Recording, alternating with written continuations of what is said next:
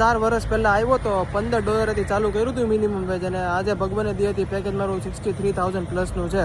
પહેલી જોબ મારી વેરહાઉસમાં હતી ને એમાં 3 મહિના કામ કર્યું, ત્યાં મિનિમમ વેજ હતું.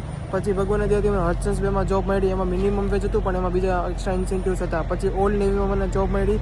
ઓલ્ડ નેવીમાં મારી સ્ટાર્ટિંગ સેલરી $18 હતી, પણ 1 વર્ષ પછી અરાઉન્ડ $21 થઈ ગઈ પર આર, અને એમાં વેકેશનને બીજા ઘણા બધા બેનિફિટ હતા. અને ત્યાર પછી ભગવાને દીધી મને કોર્પોરેટ જોબ મળી, ત્યાં મારું પેકેજ 63,000 પ્લસનું છે, પ્લસ બેનિફિટ બોનસ ને ઘણું બધું છે. અને મારા ઘણા બધા ફ્રેન્ડ છે જે લોકોએ મિનિમમ વેજથી ચાલુ કર્યું હતું ને એ લોકોની સેલરી મારી કરતાં વધારે છે. અને જ્યારે રિટેલ સ્ટોરમાં કોર્પોરેટમાં જ્યારે જોબ અપ્લાય કરતા ત્યારે ઘણા બધા અમારા ફ્રેન્ડ્સ હતા જે અહીંયા અમારી કરતાં પહેલાં એવા હતા, કહેતા કે ભાઈ તમને જોબ નહીં મળે, એક્સપિરિયન્સ અને ઇમિગ્રન્ટને તો ન જ કરે, કોર્પોરેટમાં વિધાઉટ એક્સપિરિયન્સ હાયર ન કરે. હવે બસ અમે કીધું કે ચાલો અપ્લાય તો કરી, અપ્લાય કર્યું, ઇન્ટરવ્યૂ થયું અને ભગવાને ત્યાંથી જોબ મળી ગઈ. તો તમે અપ્લાય નહીં કરશો ત્યાં સુધી તમને ખબર જ નહીં પડે.